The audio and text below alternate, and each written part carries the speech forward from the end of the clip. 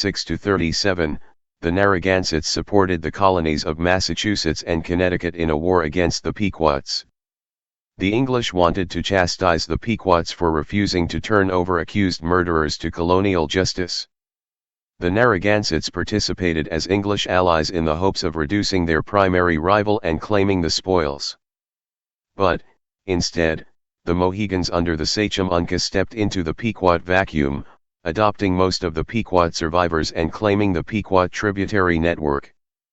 In this, Massachusetts and Connecticut supported Uncas. The English colonies saw Uncas as a wedge against Narragansett expansion. Thus, the Pequot War had barely ended before the Narragansetts and Mohegans were at blows.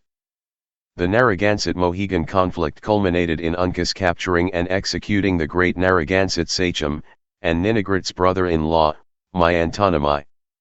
Ninigrit then made it his life mission to revenge this murder on Uncas regardless of who tried to stop him, including the English.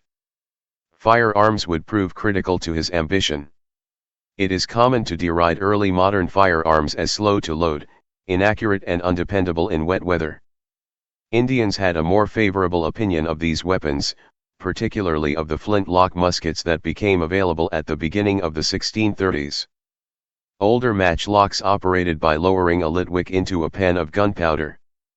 Firing the flintlock, in contrast, involved pulling the trigger to thrust a clamp, or cock, holding a piece of flint against a small metal plate, or steel, creating a shower of sparks that ignited the priming powder and then the main charge.